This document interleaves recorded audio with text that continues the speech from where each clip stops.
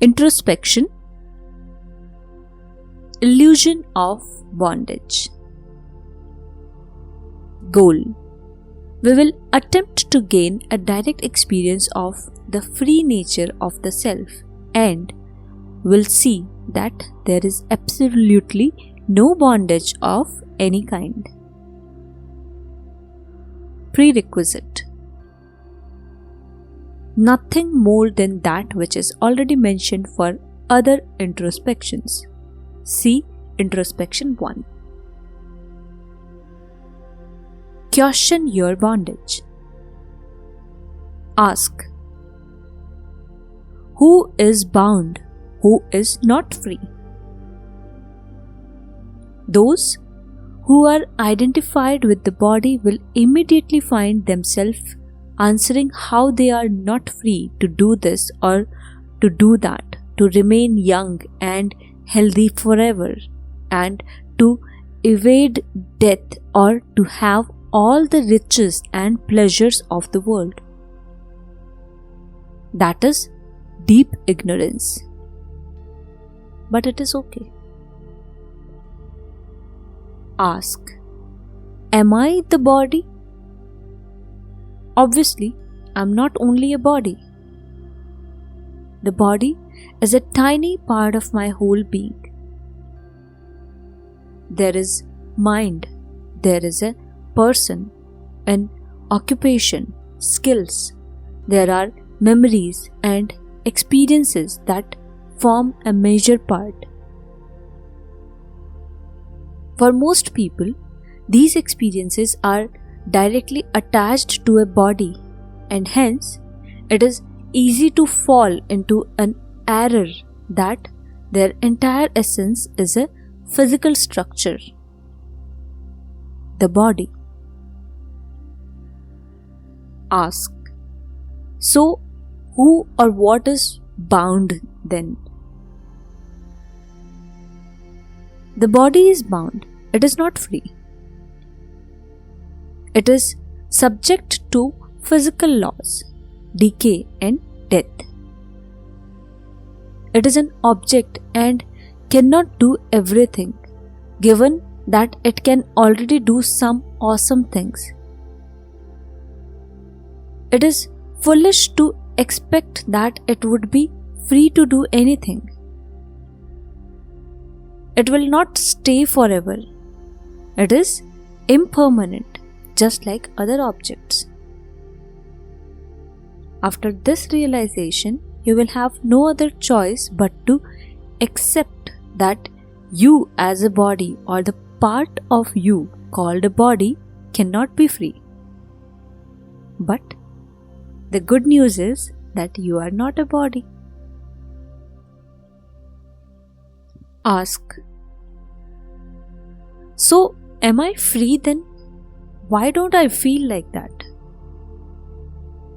Those who are identified with a mind or ego, the lower mind, will immediately find themselves bound. There is no freedom to think everything, or even to stop thinking, or to be hyper intelligent and extremely creative. There is no freedom to always keep the ego happy, secure and pleased. It's not possible to end all desires and want, nor are you free to satisfy them all. The mind is also an object and is impermanent, even if it is non-physical. It has limitations. If you believe that your essence is just mind and ego, then there is no hope for freedom. It will remain tiny, limited, and will perish. The good news is that you are not the mind or ego. They are also a small part of you. Maybe you doubt that. Let's find out. Ask: why am I not the mind? Counter the question by asking: what is aware of a mind? How do you know there is a mind and an ego? Who really knows this? And in response to this question, the self will step forward. It is the pure knowing, the consciousness behind all the drama of mind and bodies. It is more fundamental and is your essence, as it cannot be reduced to anything else. There is nothing more beyond it. Self is the ground of everything. If you have a doubt about it, just ask, who knows the self? Who is aware of the self? And every time you will find that it is the self that knows itself, experiences itself. There is nothing else there. Ask, I'm obviously the self, but still why am I not free? Counter the question by asking, what is it that binds self? What is taking away its freedom? You will find that the matter and physical universe bind the body, and the limited mental capabilities bind the mind, and past programming and conditioning binds the ego. But there is nothing there to bind the self.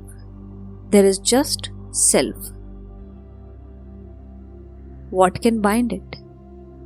You will soon find that as soon as you identify with a mind or a body, the limitations and bondages appear.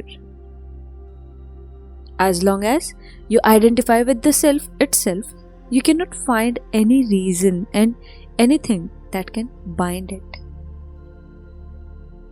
It is free and has always been eternally free. Bondage was only a belief. It was your ignorance that you are not free.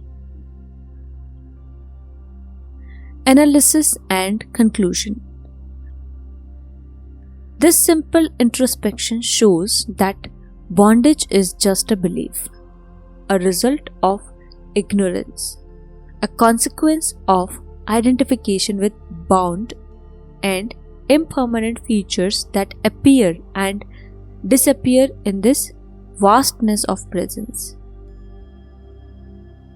The self is free simply because there is nothing there to bind it.